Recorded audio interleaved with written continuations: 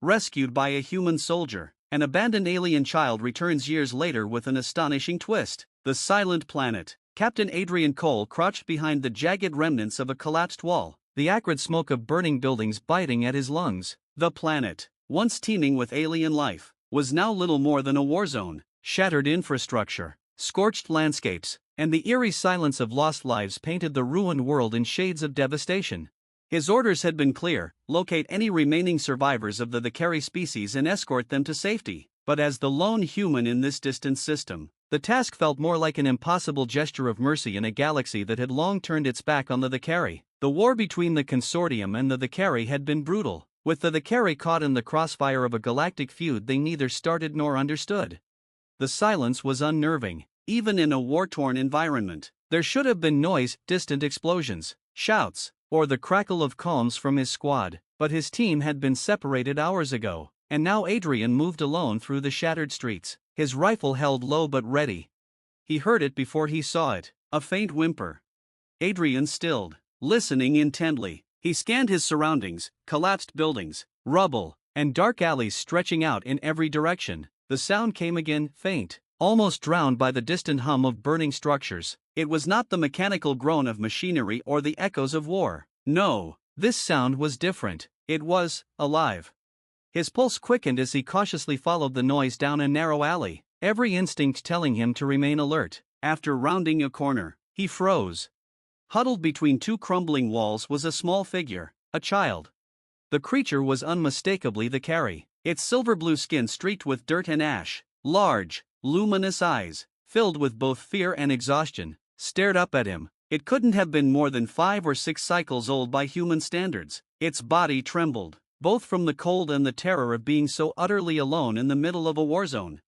For a brief moment, Adrian hesitated. The Vakari were the enemy, weren't they? He was trained to see them as threats, not as individuals, especially not vulnerable children. But looking at this fragile being, so small and frightened, something inside him shifted. The orders, the war, the conflict, it all faded. In its place, a primal sense of duty awakened within him. Carefully, he knelt down, lowering his rifle. "Hey, it's okay, I'm not here to hurt you." His voice was soft, a tone he hadn't used in years. The child flinched, but didn't flee. Those wide eyes never left his, as if trying to determine whether or not he was a threat. Adrian slowly extended his hand. The child stared at it for a long moment before reaching out with a shaking, clawed hand of its own. Its touch was cold, frail. He wrapped his gloved fingers around the tiny hand, gently pulling the child closer. "What's your name?" he asked, not expecting an answer. The Vakari language was complex, and though he had some training in its basics, the child seemed too overwhelmed to speak. The child simply pressed closer to him, clearly seeking warmth, safety, anything to make the terror of the last few days vanish. Adrian pulled off his tactical jacket and wrapped it around the trembling figure. He could hear the distant sound of gunships approaching, probably Consortium reinforcements coming to finish the job. They would not spare a second thought for a child, especially a Vakari one. "We need to go," Adrian whispered urgently, lifting the child into his arms. The small creature clung to him, its sharp claws digging into his chest plate, but Adrian didn't flinch. He turned back the way he had come, moving swiftly through the debris-filled streets, cradling the child as if it were the most precious cargo in the universe. As he ran, the weight of what he was doing settled in. This wasn't just an act of compassion, it was rebellion. He was disobeying his orders, risking everything to save a child that most would consider an enemy, but something in his gut told him he couldn't leave the child behind. As they approached the extraction point, the comms in Adrian's ear crackled to life. "Captain Cole, report," a voice barked. He hesitated before responding. "Sir, I'm en route with a survivor," he said, his voice steady. "Survivor? You were ordered to secure intel, not babysit the enemy. Leave it." Adrian's jaw tightened. He glanced down at the child in his arms, its eyes half closed, exhausted from days of hunger and fear. The idea of leaving it to die here, abandoned and alone, was unthinkable. He reached the extraction point, a Consortium dropship already waiting, its engines humming loudly as it hovered just above the ground. Without a word, Adrian boarded, the child still wrapped in his jacket. The pilot glanced at him, then at the alien child, but said nothing. Perhaps he understood, perhaps he didn't care. Either way, the ship lifted off. As they ascended into the atmosphere, Adrian looked down at the planet, now reduced to little more than a battlefield. What future could this child have in such a galaxy? The child stirred in his arms, looking up at him with eyes that seemed too old for its small body. Adrian gave a faint, reassuring smile. "I've got you now, you're safe." But deep down, he knew that safety was a relative concept, especially in a galaxy like this. Yet for now, in this moment, they had each other. The future, with all its uncertainties, would have to wait. A bond forged in war. The Solstice, Captain Adrian Cole's ship, hummed with quiet efficiency as it soared through the vastness of space. It had been years since that fateful day on the Carey homeworld, years since he had defied orders, risking everything to save a small, abandoned alien child. And yet, the memory of that fragile creature, clinging to him in desperation, remained vivid. His decision had not come without consequences. Despite his decorated career, Adrian had faced immediate disciplinary action for disobeying orders. The consortium had little patience for sentimentality, especially when it came to the Carey. They were a species on the brink of extinction, viewed by many as collateral damage in a much larger galactic war. But Adrian didn't regret his choice. He couldn't. He had done what was right, even if it had cost him his rank, his reputation, and almost his career. After his court-martial, he had been reassigned to an independent exploratory vessel, far from the war zones and strategic hubs of the consortium. It was, effectively, exile. In the quiet of his private quarters, Adrian stared out the viewport at the endless stars. His mind wandered to the child he had rescued, Kala, as he had come to call the young Carey. The consortium had allowed him to care for the child. Given that there were no surviving Carey settlements to return her to, it was an unspoken acknowledgement of the fact that no one else wanted the responsibility. Adrian had done the unthinkable. Now it was his burden to bear. But Kala was no burden. She had grown quickly, as the Carey children do, both physically and intellectually. Adrian had done his best to raise her, teaching her human language, customs, and even combat techniques, knowing full well that the galaxy was no safer for her than it had been on that ravaged planet. Despite the hardships they faced, their bond had only deepened over the years. She was more than a ward to him, she was family. However, a few years ago, Kala had left to find her place in the galaxy. The consortium had grown increasingly hostile to any Carey presence, and it had been a mutual decision born out of necessity that she forge her own path. Adrian had watched her go, proud but heavy-hearted, not knowing if he would ever see her again. Now, as he sat alone, his thoughts were interrupted by the soft chime of his ship's AI. "Captain, you have an incoming encrypted message. High priority clearance required." The AI's voice was crisp, slightly feminine but without any distinct emotion. Adrian raised an eyebrow. Encrypted? He hadn't had such a message since the war. "Patch it through," he said, leaning forward in his chair. The holodisplay flickered to life, revealing a shadowed figure, features obscured, but the voice that followed sent a chill through Adrian's spine. "Captain Cole, I trust you remember me." Adrian's eyes narrowed. He knew that voice. General Rayleigh, one of the consortium's highest-ranking military officers. She had presided over his court-martial years ago, condemning him for his actions. What could she possibly want now? "I didn't think you'd care to send me any updates, General," Adrian replied, his tone dry. Rayleigh ignored the jab. "This isn't a social call, Captain. We need your help. The Carey are back." For a moment, Adrian didn't speak. His mind reeled with the implications. "Back?" he repeated, voice strained. "What do you mean back?" The Carey were wiped out. "We thought so," Rayleigh said, her expression hardening, "but new intel suggests a resurgence. We've detected signs of the Carey warships advanced, far more than anything we ever encountered during the war. We believe they've allied themselves with another alien faction, one we know very little about." Adrian's blood ran cold. The Carey were a peaceful species. Their technology had been limited to defensive measures, relying on diplomacy rather than aggression. If they now had warships capable of threatening the consortium, something had changed drastically. "Where is this coming from?" Adrian asked, mind racing. How could they build an army without anyone knowing? Rayleigh hesitated before speaking. "The location is classified, but I'm not calling you without reason. Cole, we need your connection to the Carey." "My connection?" Adrian scoffed. I haven't seen any of the carry since. Kala, Rayleigh interrupted. We know she's alive, Captain. We believe she's with them. The words hit Adrian like a physical blow. Kala, with the carry resurgence? It didn't make sense. She had left to find herself, to explore the galaxy, not to wage war. And yet, if what the general said was true, Kala was no longer the child he had saved years ago. She had become something far more dangerous. I raised her, General, Adrian said, his voice low, barely containing the mixture of fear and disbelief. She's not a soldier. Rayleigh leaned in, her expression unreadable. She's not the same child you rescued. Cole, people change, and so do species. Adrian sat back, his mind a storm of conflicting emotions. Kala had been like a daughter to him. He had raised her to be strong, to be kind, but had the galaxy's cruelty shaped her into something darker? Had the war taught her lessons he could never unteach? I'm asking you to find her, Rayleigh continued, her tone softening slightly. Before this escalates, we don't want another war, but the consortium won't sit idly by while the carry amass an armada. We need someone who can reach her, someone she trusts.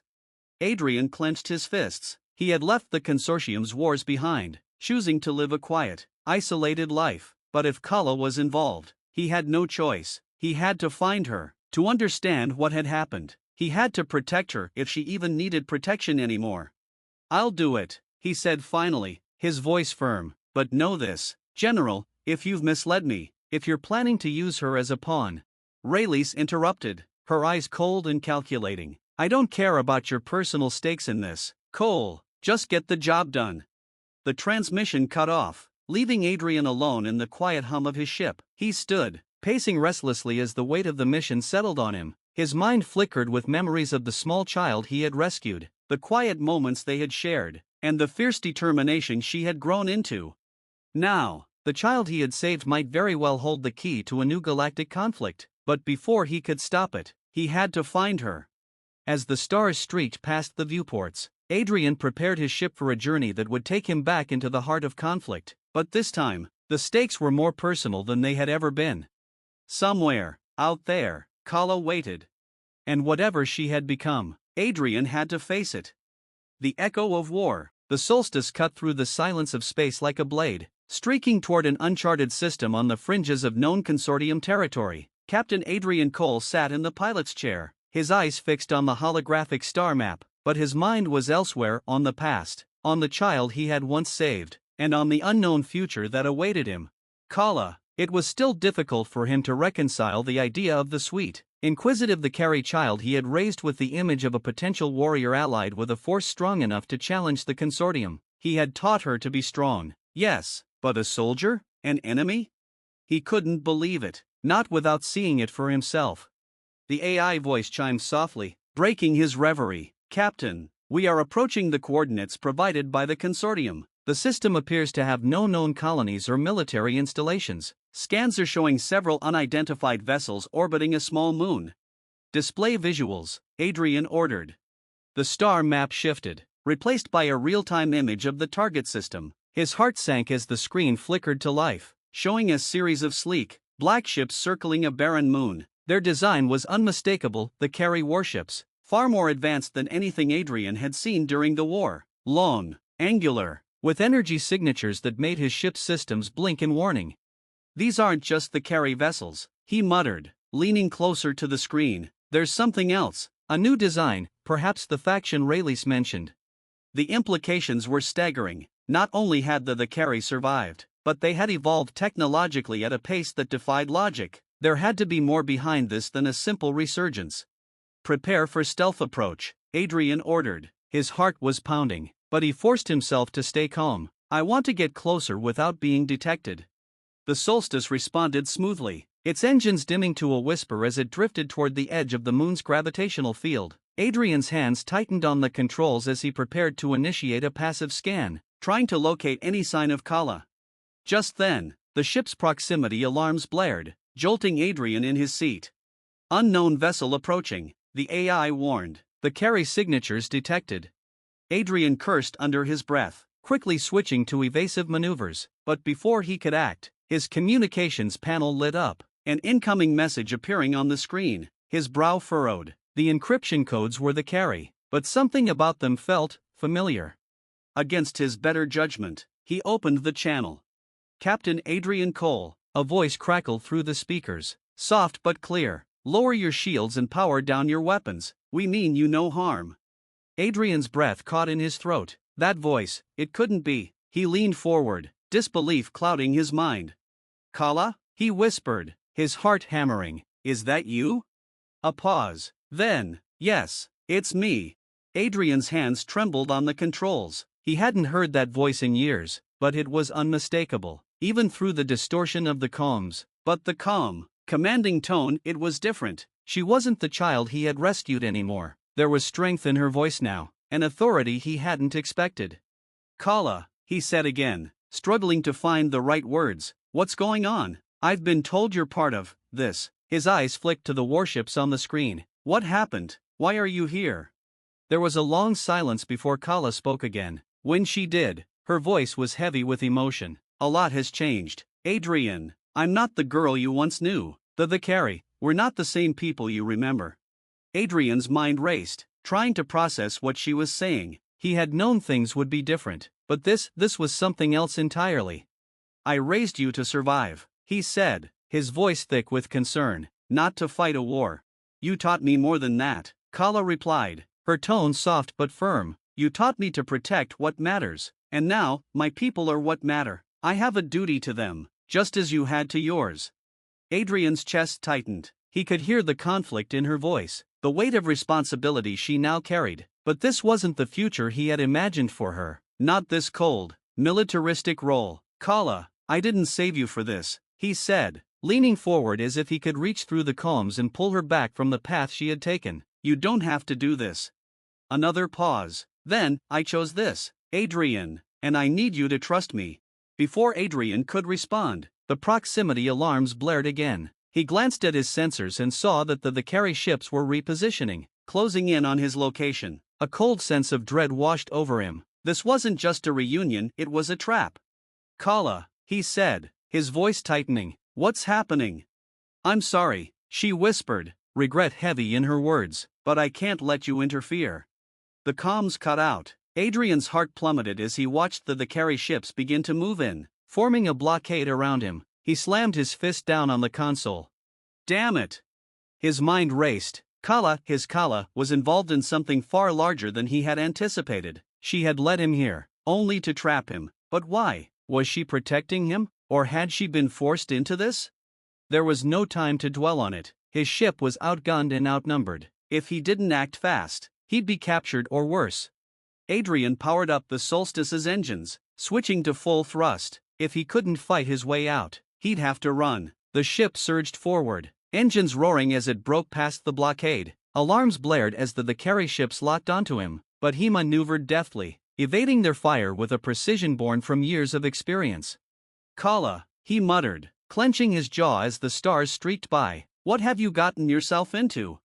The ship's AI chimed in, breaking through the chaos. Captain, there's the carry pursuit craft on our tail. Their weapons are primed, but no shots fired. They're not attempting to destroy us. Adrian frowned. What game was she playing? Maintain course, he ordered, trying to steady his thoughts. Let's see how far they're willing to go.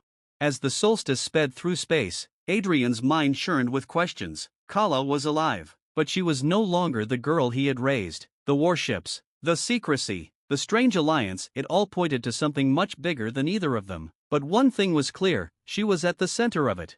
And if she was willing to trap him, then whatever she was involved in was more dangerous than he had ever imagined. The galaxy was about to change, and Adrian was caught in the middle of it.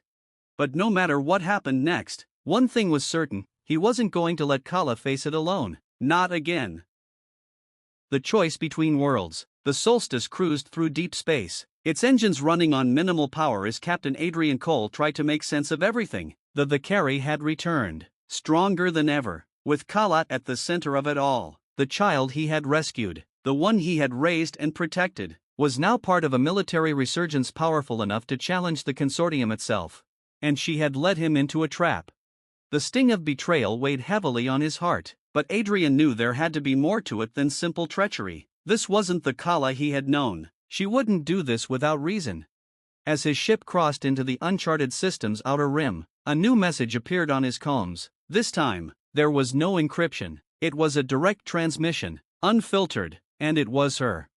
Adrian. Kala's voice crackled softly through the speakers. Please stop running, we need to talk. Adrian's hands hovered over the controls, his instincts telling him to stay on guard, but his heart telling him to listen. He exhaled deeply, then opened the channel. I don't know what game you're playing, Kala, he said, voice steady but lined with frustration, but you've got a lot of explaining to do. There was silence for a long moment before Kala spoke again, her voice tinged with sorrow. I didn't want it to happen like this. I tried to warn you, but things have changed. I've changed. You led me into a trap, Adrian shot back, pain lacing his words. After all we've been through, you. I had no choice, Kala interrupted, her voice sharp, the weight of her burden evident. The Vakari are on the edge of survival. Adrian, we were nearly wiped out, but we didn't disappear. We evolved. Adrian's fingers tightened on the controls. I don't understand.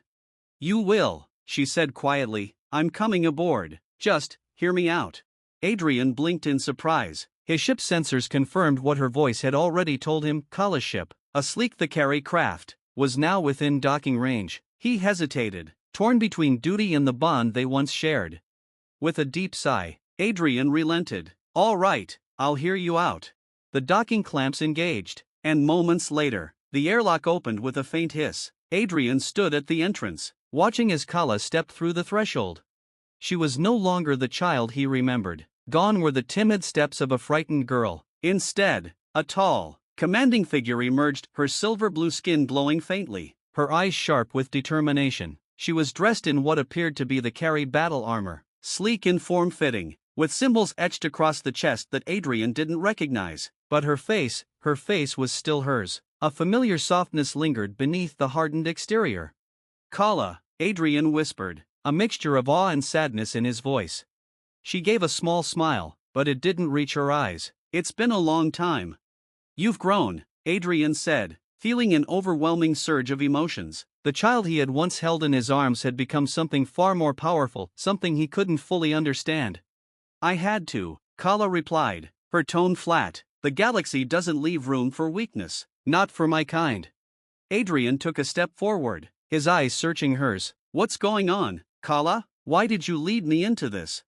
Kala looked away, the weight of the conversation clearly pressing down on her. We didn't vanish after the war, Adrian. The Vakari went into hiding, yes, but we learned, we adapted, we found allies in places no one thought to look, and now, we're back, not for revenge, but for survival.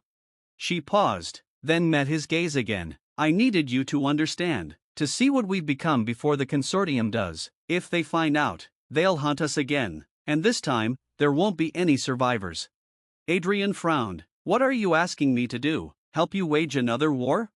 Kala shook her head, her expression pained. No, I want to avoid war, but the consortium won't allow us to exist in peace. They fear us, Adrian, and fear always leads to violence. Adrian's mind raced, trying to grasp the enormity of the situation. Why me, Kala? Why did you bring me here? Because I trust you, Kala said softly, stepping closer. You saved me when I was nothing but a scared child. You didn't have to, but you did, and I know, somewhere deep down, you still believe in that same compassion. I need you to convince the consortium that we're not their enemy. Adrian's breath caught in his throat. Convince the consortium? They were a bureaucratic machine driven by power and politics, and Kala wanted him to reason with them? The very idea seemed impossible. You're asking me to do the impossible, Adrian said, his voice thick with doubt. Kala's gaze softened. You've always done the impossible, Adrian. You saved a life when the galaxy would have let it die. Now, I'm asking you to save my people. There was a deep silence between them, the air heavy with unspoken emotions. Adrian could see the desperation in her eyes, the hope she clung to like a lifeline. But could he do it? Could he stop another war before it began? If I do this, Adrian began slowly, his mind racing through the consequences. What guarantee do I have that the Vakari won't strike first? I can't go in blind. Kala's expression hardened, but there was no anger in her voice. I give you my word, Adrian, we only want peace. We've suffered enough. Adrian turned away, pacing as his thoughts swirled. The consortium was already on edge, and Rayleigh had made it clear that any sign of a the Carey resurgence would be met with force. But Kala was right. He had saved her once, he had chosen compassion over orders. Could he do it again, but on a far greater scale? He turned back to face her, his decision forming in the quiet space between them. "I'll try," Adrian said, his voice steady, "but this won't be easy. The consortium won't listen to reason unless they see you as something other than a threat." Kala nodded. "I understand. That's why we need to act now, before they make a move." Adrian stared at her for a long moment, still trying to reconcile the child he had raised with the woman standing before him. The stakes had never been higher, but in her eyes, he saw the same spark of hope he had seen years ago, the same will to survive. He extended his hand, and after a brief hesitation, Kala took it. "We'll do this together," he said, "but if this goes wrong..." "I know," Kala whispered, her grip tightening, "but if anyone can make them see reason, it's you." With their hands clasped, they stood side by side, the weight of the galaxy resting on their shoulders. Adrian knew this mission could end in disaster, but for Kala, for the bond they shared, he would try. He had saved her once. Now, together, they would try to save an entire species. The path forward. Months later, the consortium's Grand Assembly sat in silence as Captain Adrian Cole stood before them, flanked by Kala and representatives of the new the Carey leadership. The tension in the room was palpable, but Adrian spoke with calm conviction, recounting his story, their story, to a room full of skeptics. He spoke of survival, of compassion, and of the need to break the cycle of violence. He painted a picture of what the galaxy could be if they chose peace over war. By the time he was finished, the assembly remained quiet, contemplative. The decision lay before them now, and Adrian knew it could go either way. But in that moment, standing beside Kala, he felt a glimmer of hope. The galaxy could change, and maybe, just maybe, they would be the ones to change it.